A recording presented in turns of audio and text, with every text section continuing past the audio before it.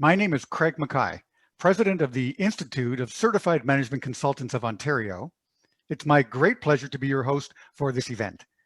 Our guest is an expert when it comes to building a business plan, as you will soon witness. This is our second What's Up Wednesday digital series. If you're a public speaker, have a book, or know of someone who would make a great guest, please contact me or send an email to Sandra Addison Brock. She's our events coordinator and producer of this event. You can send it to sandra@cmc-ontario.ca.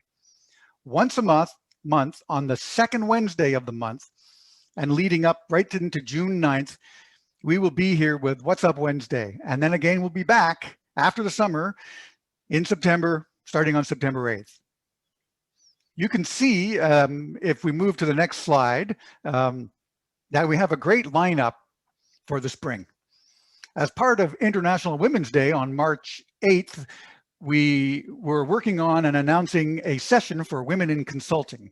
It will be scheduled for May 12th and will be hosted by our guest moderator, Lynn McDonald, past president of CMC Ontario. We have a busy April coming up as well. The Ontario AGM will be on April 21st. What's Up Wednesday will be April 12th. Okay, and it's going to be even better than the first version of Back to the Future. Our guests, April 12th, Nick Nanos and Kara Wolf, will be discussing the future of consulting, predictions for 2021, opportunities, and emerging trends. What's Up Wednesdays are brought to you by the Institute of Certified Management Consultants of Ontario in cooperation with CMC Canada, the Canadian Association of Management Consultants, along with support from the various provincial institutes and the International Council of Management Consulting Institutes. For those guests joining us today, wherever you are, USA, Canada, Europe, Asia, think about becoming a member, especially the ones in Canada. Become an associate member here in Ontario.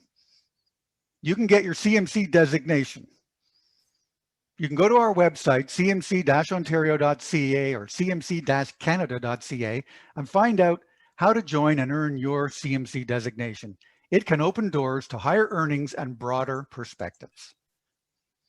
Today, our guest is a very renowned financial planner and has an amazing, someone would call it radical, but in this day and age, radical is almost normal, but I'm sure you're going to appreciate his perspective on business planning. He is the author of the international best-selling book, Chaos: How Business Leaders Can Master the Power of Focus. He's a speaker, global business planning expert, founder of Focus 31. He's a fellow of the Institute of Canadian Bankers and a graduate from U of T. He's worked in the banking world. At CIBC, he was a senior leader for small business clients responsible for a portfolio in the range of $750 million. He received the Chairman's Award on 3 separate occasions for performance excellence. He founded Focus 31 in 2006. Focus 31 enables businesses to identify and focus on the right priorities, to think strategically, and to improve the quality of their business decisions, generating greater financial results. Please welcome James Burgess. Hey, James. Thank you very much, Craig, and good afternoon, everyone from around the world. It is wonderful to be speaking with you for this Lunch and Learn here in Ontario. It is indeed my absolute pleasure to be with you. And I will share with you that the turnout is just fantastic. I personally was quite concerned because everywhere you look on LinkedIn, Facebook, social media, in the news, it's all about new technologies, new ideas, new blah, blah, blah, blah, to help businesses achieve greater success as they endeavor to move forward. And what we're going to do today is step back and talk about the oldest tool known for business success. And yes, we're going to talk about how we at Focus 31 have tweaked it to make it easy and fast. But at the end of the day, there's no new technology. There's no rah-rah moment. It is simply, as I said, the oldest tool known for business success. And I'm absolutely delighted you've come here to join with me in how to create a business plan in 28.7 minutes. Welcome. Let's get started. And before we really dig into it, there is a prerequisite to your participation here. As certified management consultants, I absolutely know that somewhere through your training and working with clients, you have engaged in some form of business planning. And so I have to ask you to do one thing. I need you to let go. Let go of everything you believe you know about business planning for the next 60 minutes. Open your hearts, open your minds to the possibilities of what I present to you today. Why is business planning fast and easy so important? And by the way, I'm going to be moving at rocket speed. Thank God that this is being recorded so you can come back and review it, because if it's fast and easy, I want to make the presentation fast and easy as well. This is typically a 3-hour presentation reduced to 30 to 35 minutes. So hold on to your chairs. Why is fast and easy so important for business planning? Well, let's just acknowledge that if it's fast and easy, it's going to get done. I've spoken to business owners over the course of my career, and they talk about months upon months upon months of draining, exhausting thinking, and never actually creating the business plan. Make it easy, make it fast, it gets done.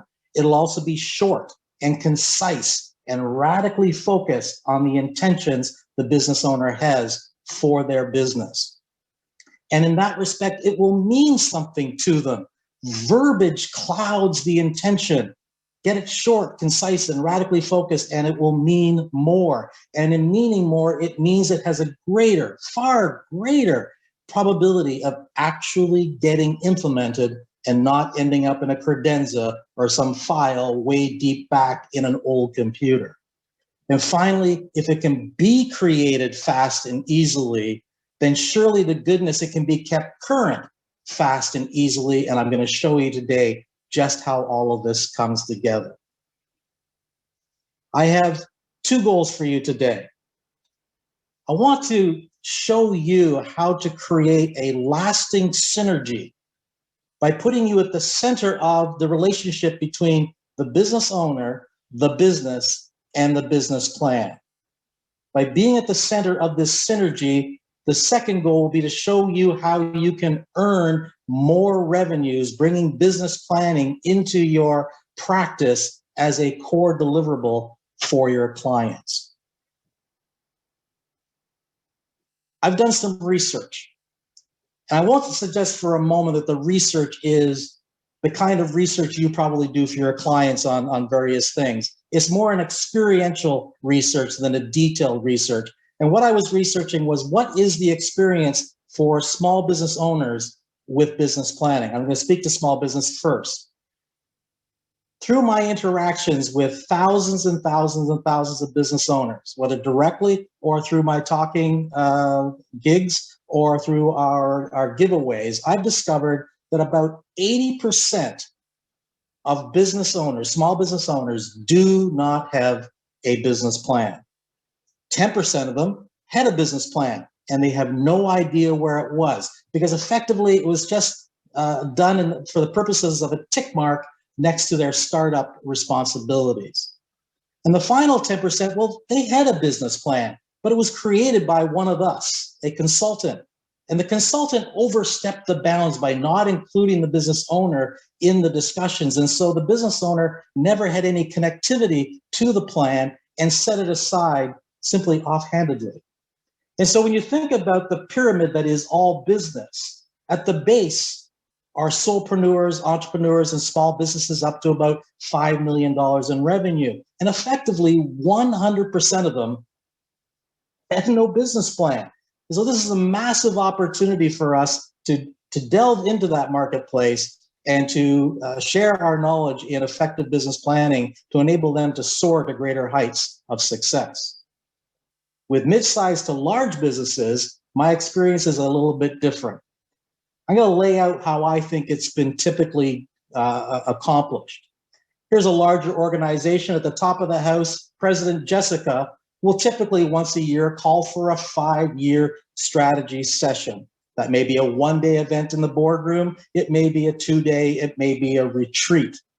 The challenge here is that in asking for people, her senior leadership team to attend a 5-year strategy session, she is opening Pandora's box. If you ask for ideas, you will get ideas, lots of ideas, and they will be plopped in the middle of the boardroom table. Without a strategy for how those ideas can actually be used and put into place, they go nowhere, because poor old Jessica ends up carrying, as the sole person carrying the gorilla of accountability to do something with all of these ideas from her direct reports. And what happens is on Monday morning, she's back into the office, faced with the same challenges, the same fires, the same HR issues, and none of the ideas typically ever get any energy, time, or resources put against them. Here's a better idea. Using the words of Jerry Maguire, let me show you the money and the power of doing corporate planning differently. Let's do a business plan with Jessica, one-on-one. Create the overall corporate plan with her. Have her present it to her senior leadership team. Take their ideas and go back and make some changes. And then, here's the real power. Let's the next week pull all of the senior leadership team into a workshop and have them create their own division or department business plans in a single day. All the plans done in a single day. What does Jessica get by doing this? Well, she introduces entrepreneurship into her organization. Each division now becomes like a small business with its own plan to be committed to. And now Jessica has an objective document or an objective system to evaluate her team against, rather than simply subjective opinions about how she feels about their performance. She has a business plan that they have all signed off on, that they are now accountable to perform against, and she can evaluate the performance against that business plan. And here's the power for you. If you're at the center of the relationship of the business owner and the business plan and the departments and their plans, the potential for you is $75,000 per year when you follow our kind of business planning methodology. And I hope that kind of excites you. Now, granted, not every business you will work with is going to have 8 direct reports with the president. Even if you work with a Jessica and perhaps 3 managers or 3 general managers, you could earn somewhere between $15,000 and $35,000 a year by offering a business planning service to your clients. Now, with that, let me just step back and talk about the small business client, where you have a sole business owner, which is my absolute preference. I love the story of business owners. You can still be earning $4,000 at the center of the relationship between the business owner, and the business plan, holding the owner accountable to build the plan and fulfill the plan. That's $4,000 as a dedicated service to your clients. I think that's pretty good reason to pay more attention to what I have to share with you today. So before we get into the detail, let me just review why business planning is so important. Why is it the oldest tool known for business success for you and for your clients? Well, I believe there are 5 reasons. The first is that with the business plan, you, for your practice and your clients, can clarify and achieve the future that you believe in. How powerful would that be? I don't think there's any question about number 2. In a planned environment, everybody makes better quality decisions. We'll focus on the right priorities, the major few, not the minor many. Let's level up our performance by working on the work that's truly important to the organization, working on the business rather than constantly and only in the business, as I'm sure you've heard that adage before. We can also all become great strategists. We are all marvelous tacticians, learn from the day-to-day operation of our practices, or in the case of our clients, their day-to-day operation of their businesses, putting out fire after fire after fire. They become brilliant tacticians. Strategists, just not so much. I think the most important one is this fifth one. We can all build our businesses based on continuous improvement. It is through continuous improvement that we can achieve new plateaus of success. Now, it's not to suggest that a business couldn't be continuously improving and making progress. What the plan does is align and focus and makes it less of a hopscotch process to get to our end state. With a business plan, we can improve continuously in a seamless and more productive manner than when we endeavor to continuously improve without the business plan.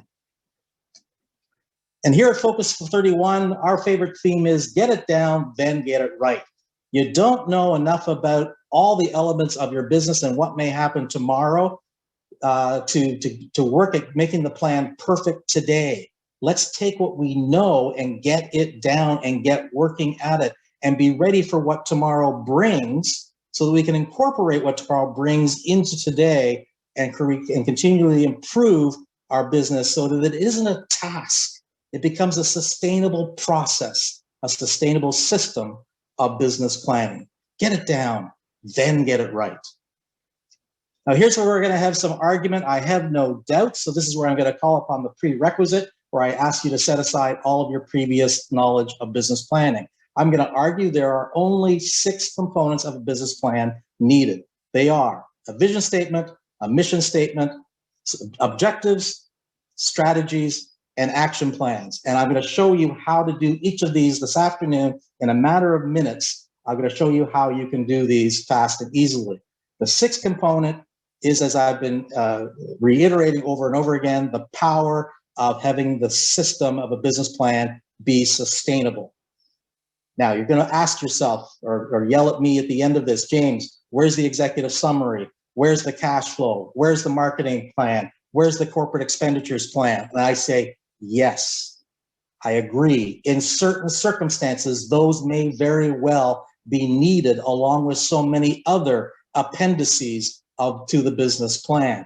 I'm going to show you how we can get it down and get it right and have those elements that may be needed periodically part of the plan without being at the core of the business plan.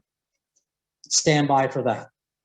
So let's get going. I want to show you just really fast and really easily how each of these elements come together. Let's start with the vision statement at the top of the house. It answers the question, what are you building? Wait a minute, James, you promised me that this would be easy and fast. This is a massive question. And you're right. So let's chunk down with 5 easier questions. How much, by when, doing what, for whom, in what geographical location, or where? These are much easier. Now, if I had you all in a room with me, I would have you call these out with me. So please, with me while you're muted, how much, by when, doing what, for whom, in what geographical location?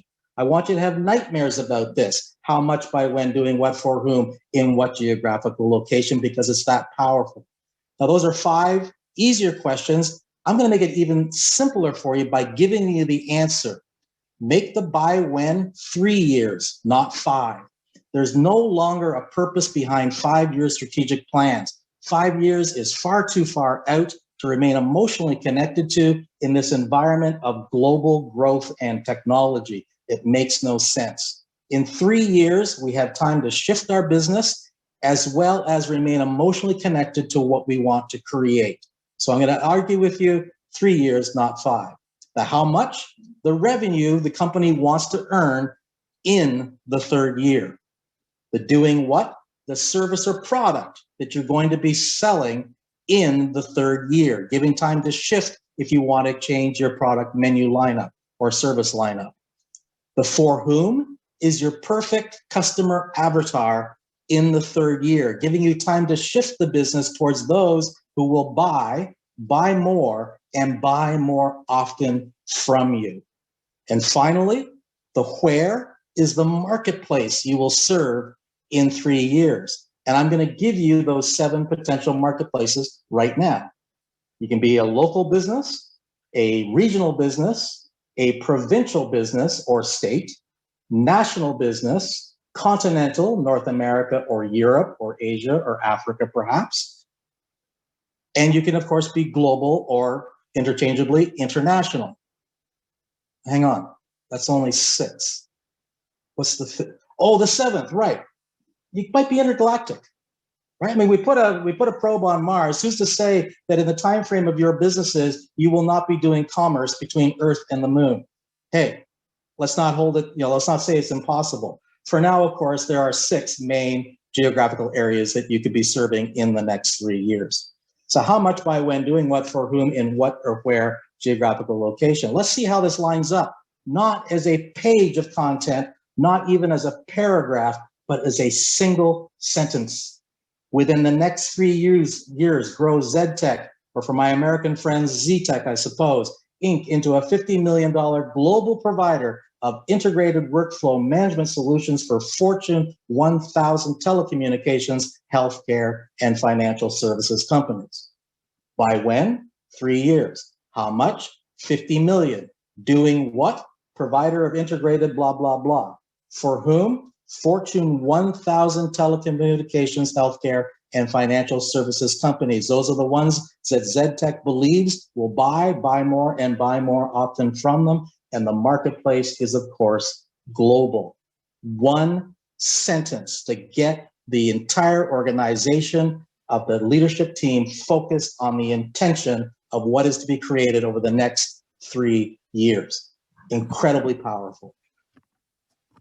Moving on, the mission statement. You've all, I'm sure, thought about mission statements and vision statements, and oftentimes these two get confused, and they are entirely different.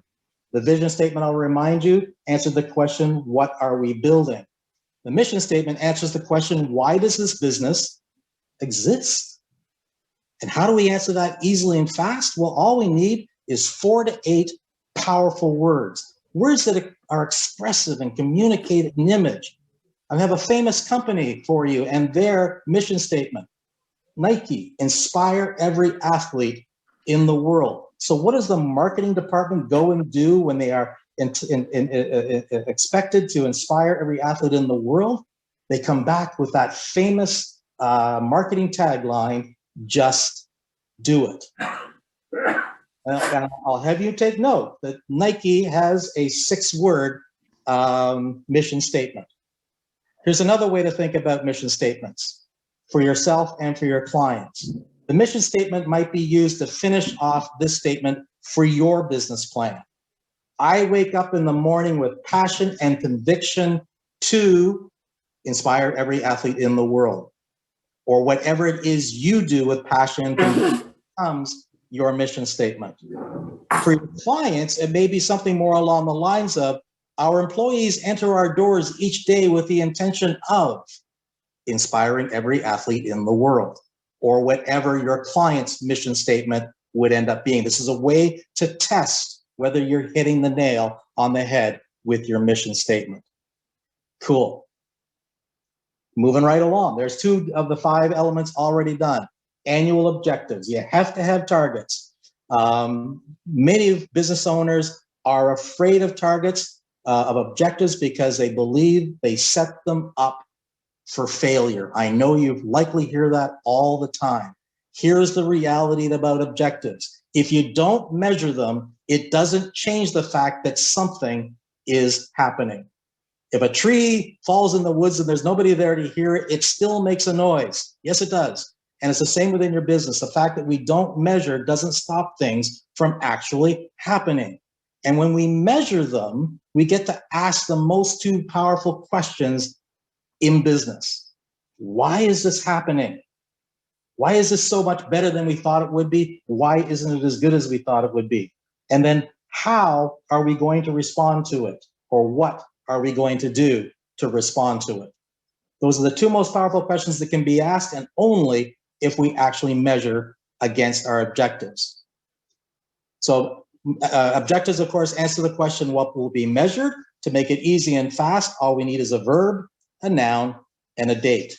Achieve revenues by December 31st, 2021. Fill in the gap. Achieve $3,556,000 in revenue by December 31st, 2021.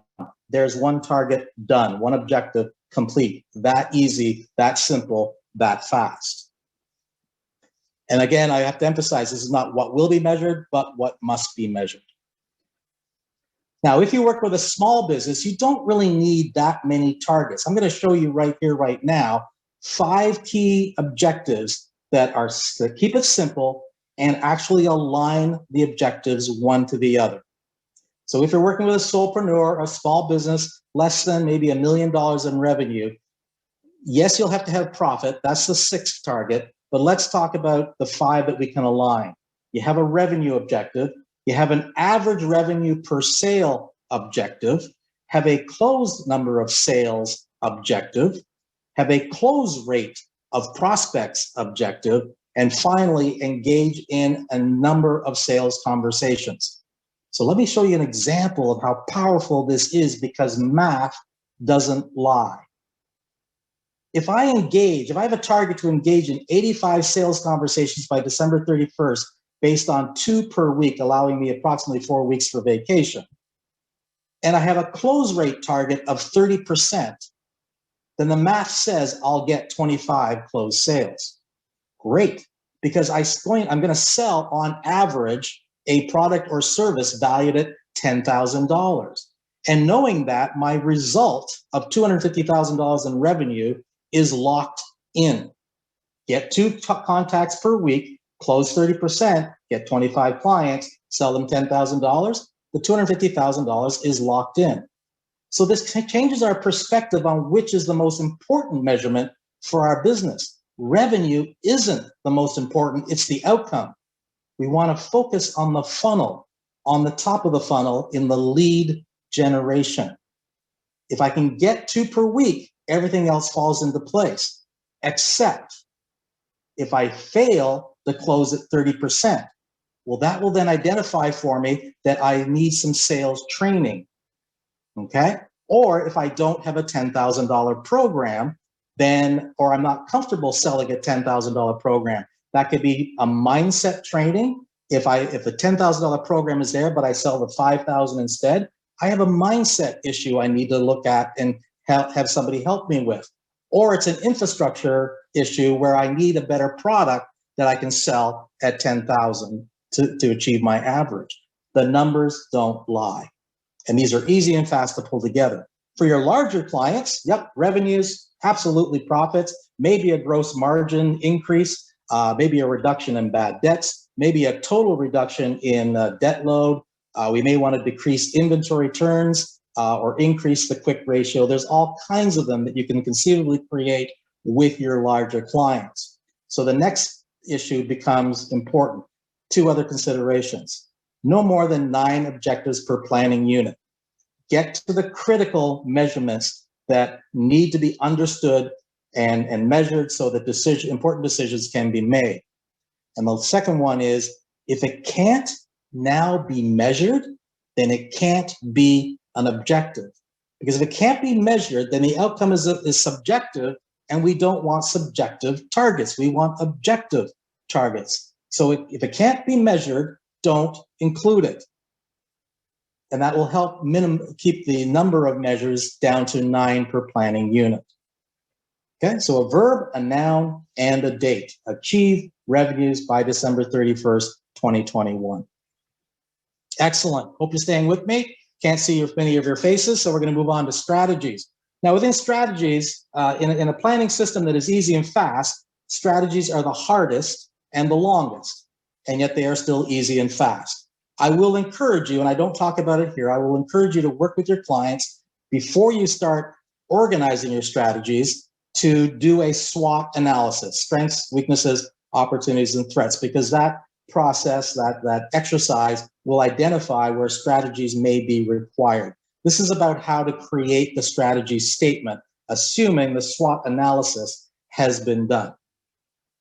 Now, strategies are like the foundation on a home. If you build a foundation intended for a 2,200 square foot home and you put 10 stories on it, you've built a home that is doomed to be wrecked. And this is what happens with businesses. They grow too fast, too far, without the infrastructure to support it. Okay? And so what we do with strategies is have the intention to build a 55,000 square foot foundation and begin building our business on the first 2,200 square feet, allowing us to build the business out both broader and taller and achieve greater platforms of success without pending infrastructure collapse. So here's how we put a strategy statement together. And sorry, let me back up and let you know that, of course, we're talking about how the strategy statements identify how the company will be built. Now, by the way, here at Focus 31, our process is easier than Twitter. You're likely familiar with strategy statements that go on by page by page by page, maybe at least a paragraph upon paragraph. We at Focus 31 create entire strategy systems, statements in 100 characters. Takes 280 to send a tweet on Twitter. We do strategy statements in 100 characters, and I hope that's catching your attention. That's how fast and easy this can be. The format, because of the behemoth that we had there, is, of course, to start with a big, hairy, audacious goal. You've heard that expression, I'm sure, in your training and working with your clients. A strategy statement starts with a big, hairy, audacious goal, and then we identify the 3 to 4 ways we can begin to implement towards that big, hairy, audacious goal based on current knowledge. Let's do an example. We're talking about business planning, so let's do a strategy statement for business planning. Let's have the intention of perfecting our business planning. Now, that's the big, hairy, audacious goal because perfect can never be achieved. And let's identify the 3 to 4 ways to implement towards that big, hairy, audacious goal. 1, complete the business plan fast and easily. 2, engage in the business plan minimum quarterly. 3, let's measure the objectives, no kidding. And 4, if we have working with a larger organization, integrate it throughout the company so that everybody is walking the same walk and talking the same talk. So if I'm going in with a business that has no business planning system whatsoever, we establish the audacious goal of perfecting a planning system, and we begin to get there by getting a plan done, engage in it quarterly, measure, and take it further into the business. Certainly that business is then moving closer to perfecting a business planning system. Other areas where strategies might be considered, some of your clients may want to establish a culture. And so they might create a strategy for a giving culture, a learning culture, or a performance culture. For the employee, we might want to adopt a big, hairy, audacious goal of being an employer of choice within our industry. With our customers, we may want to have a big, hairy, audacious goal of having raving fans. It's not about customer service. That's passé. Let's have raving fans. That doesn't happen overnight. You need strategy upon strategy and tactics and project work to make that come about. A sub-strategy of having raving fans would, first of all, to be excellent in problem resolution. Another big, hairy, audacious goal related to having raving fans. Perhaps there'd be a technology, big, hairy, audacious goal to be an industry leader in adopting technology into the company. And for growth, the strategy might be to grow the business as an industry leader. These are big, hairy, audacious goals that don't take a long time to think about or organize. What takes quite a while is actually implementing it against progress towards them. The last core element of the business plan are action plans. And action plans answer the question, what work must be done? This is the project work. And like the objectives, all we need is a verb, a project name, and a due date. Relaunch website by May 31st, 2021. Done. There's one action plan identified. What's key to action plans, of course, is that these are action plans that produce results. Any action plan in the plan should do one of two things. Open the opportunity to increase revenues or lower costs, or move us towards the achievement of a big, hairy, audacious goal in a strategy. This is the heady stuff that businesses need to accomplish, the working on the business that is so often overlooked because we're too often in the business. A few other considerations when it comes to action plans. don't have more than three per quarter coming due. This is not a laundry list. As I said, this is heady stuff. When you're doing your business plan, don't have more than 9 in play at one time. In this way, because we create a rolling quarterly plan, if we come back to our plan every quarter, then we're going to have hopefully accomplished the 3 that were in play. We may have a few more we want to add in. We've got the other 6 that were already there, and we're going to massage and make management decisions about their relative importance. And in this way, we get a really cool synergy, as I've been talking about, between the business plan, and the business owner. Sometimes the plan will lead us. Most times, the plan leads us when there are no external influences indicating that we should be thinking about doing something else. Where there's absence of influence, do what the plan says to do. If there is occasion for external influences indicating something needs to change within the plan, then we lead the plan. By identifying the influences, the work that needs to be done, evaluating it against the work that's already there to be done, and making decisions on priorities.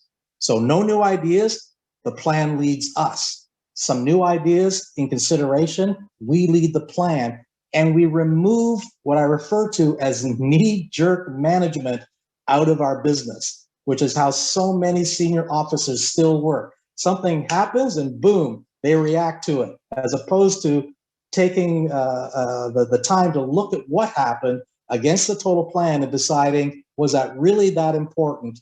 And are there other things I should be spending my time, energy, and resources working at? And taking that approach, I would never do this. We have an entire platform for our business planning system, but it could be created in a simple Word doc in a format like this. You'll see there are no more than 9 per quarter, no more than 9 in play, no more than 3 per quarter. And you can see how some of them are aligned. For example, here in the middle, I've got Q3. I have the intention of launching a new service that's going to allow me to hit that average revenue sale of $10,000.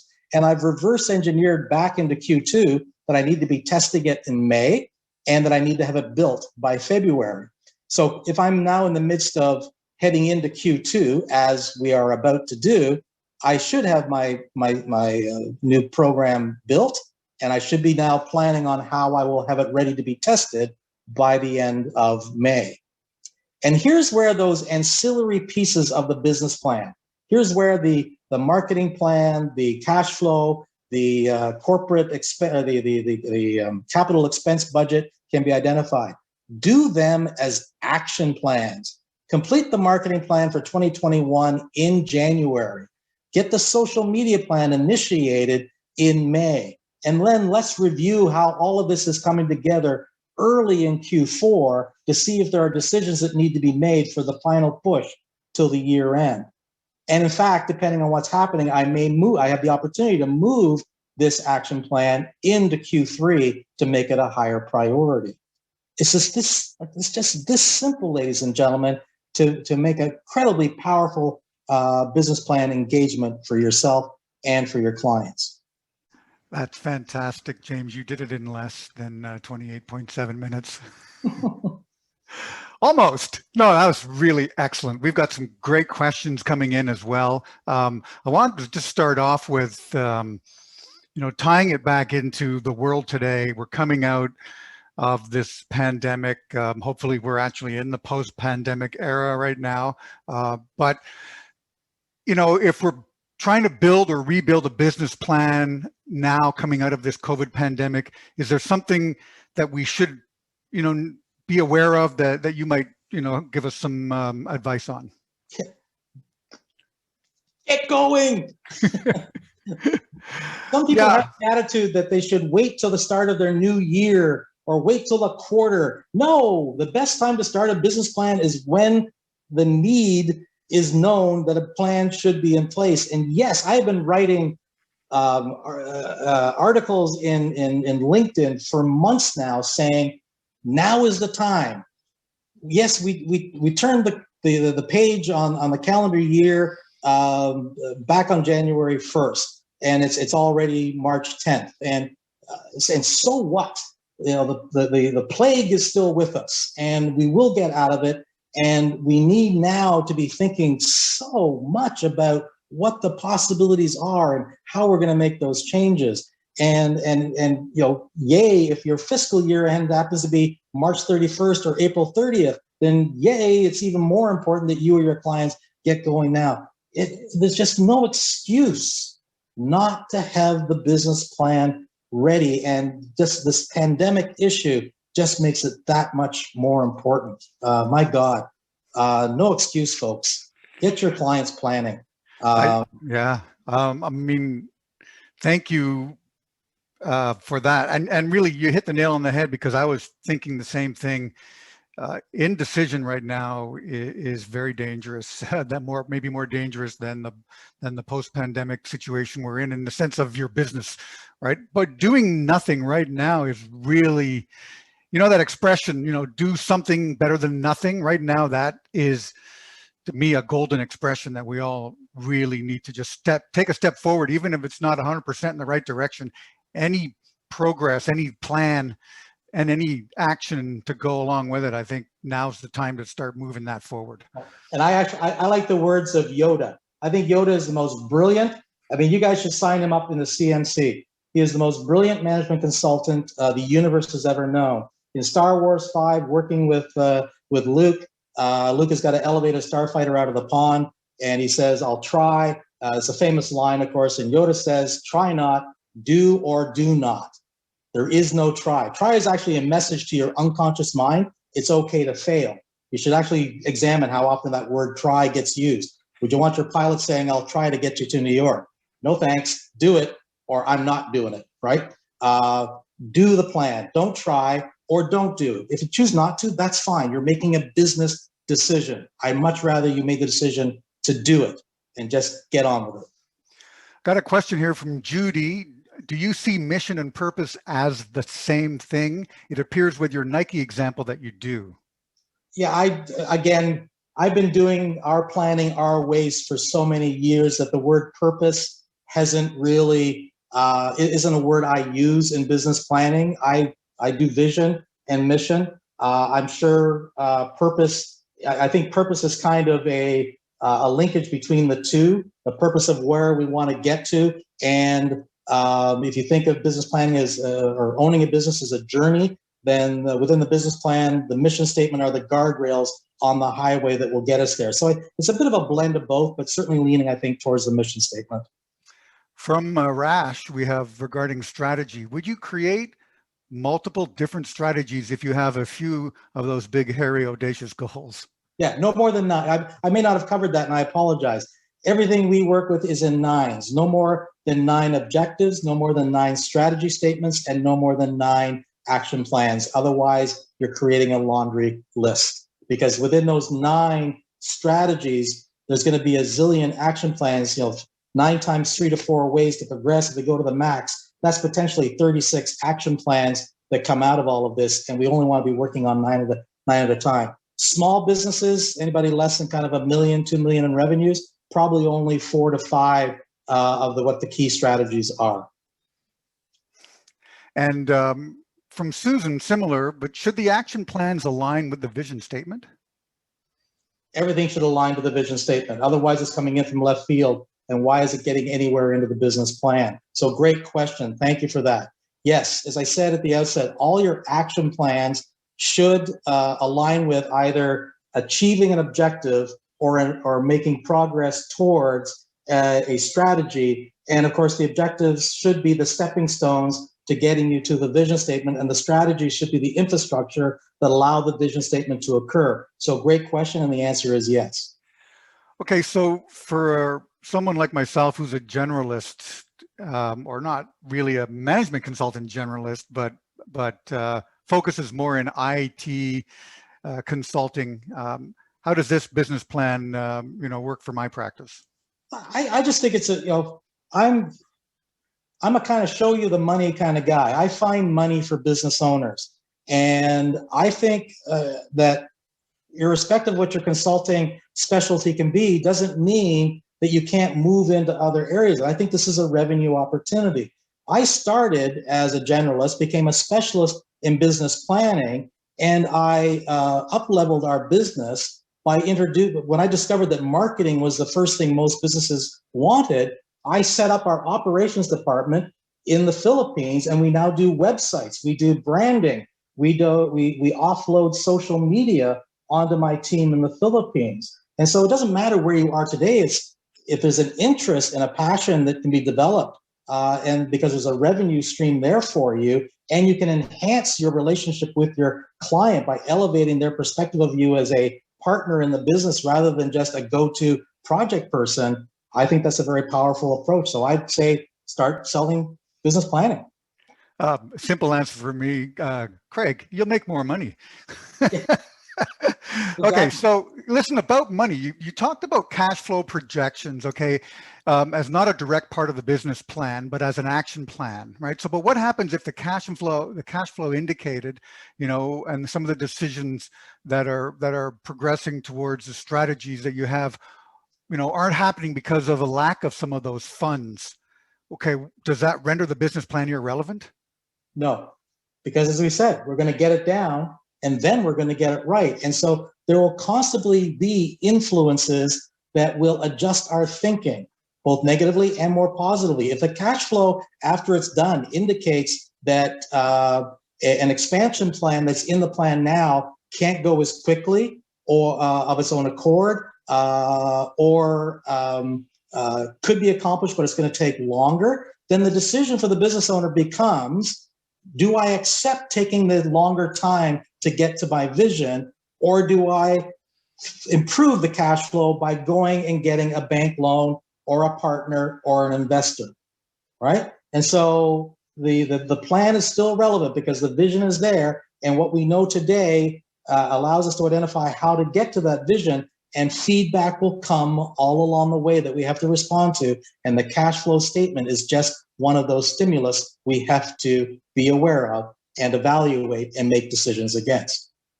So how do banks respond to this kind of business plan? Great question. I love that question. I get that a lot. I think they love it. And I can say that because we have an 80% approval rating, and we don't put clients in front of a bank unless we're confident they're going to be approved. When we do it, though, we at the core is our business plan system. We will overlay, obviously, the executive summary and the biographies, bios of the key players, and we will have the marketing plan and the cash flow, which we have likely created anyways. And as I said, the banks respond it'd be really cool. As a former banker, the number of times I saw the look in my clients' eyes when I said, we like this idea and we'll need your business plan. And they just go, oh, cha-ching, cha-ching, cha-ching. I got to go to my accountant. They're going to charge me a fortune. And I've talked to accountants. They hate doing business plans because they didn't take contemporary writing in university. They took accounting, right? So there's a complete disconnect. And we fill the void of that disconnect. And how powerful it will be for your clients to be able to sit down in front of the banker and say, great, I knew you would suggest that. Here it is all ready for you. Let's get going. It's a big check mark under the 3 C's of character, cash flow, and collateral. They get a big tick mark beside character because they're already that far ahead with their business. Excellent answer. Thank you. Here's a scenario question. I'm an OCM consultant right now, but would like to branch out my services online. Is your advice to plan each additional service as the goal of each year over the next 3 years? Read that to me again. I may have to interpret it. Person wants to expand their business online, right. As an OCM consultant to branch out. Would your advice be to have, I guess, a strategy service goal based on each year over the next 3 years? I think I understand the question. I think the question is, am I going to build all 3 of these at the same time or prioritize them over the next 3 years? I'd really like to ask this person to email me so we can set up a call, because it sounds like a very important question. I'm not fully understanding it. The thinking I have is I'm going to have I'm going to have a strategy to expand my product offer. I'm going to identify three 4 ways I'm going to do that, and include in that strategy the timeframes for doing it. And I will have matching action plans to launch the new products or services in accordance with when I believe I can have them ready for, provided I have the time, energy, and resources. If I could launch all 3 of them with 30 days, go for it. That could be pretty challenging. If you need to stage them, then make sure you're staging them based on the ones that can be done on the basis of what can be done easily and generate the most revenue, with the ones that are hardest generating the least revenue, the last ones to be brought on board. I hope that helps a little bit. Again, not entirely clear on the question. Okay, well, thank you, James. Really been an excellent hour. The number of thank yous and excellent presentation comments in the chat line are phenomenal. Just a reminder that we will be sending out the PowerPoint deck to attendees. There will be a recording available on the CMC Canada YouTube channel in the next week or so. We'll send out an announcement letting people know that when that is available. A couple of takeaways here. For me, to sum it up a bit, 3 years, not 5. How much in your revenue goals, when, do what, for whom, where, in one powerful statement, okay? Easier than Twitter. Engagement with target numbers that are achievable by a certain date. 9 objectives, must be measurable, 3 per quarter. Strategy that considers big, hairy, audacious goals. I think that one caught on, and I love it. And investment in outer space. You know, there may be life on Mars, and today, James, you are the star man. So thank you very much. Thank you, Craig. Yeah, everybody join us next month, April 12th. Nick Nanos and Kara Wolf will talk about the future of consulting. Have a great March 10th to all of you. Be well, be safe, have fun, enjoy life.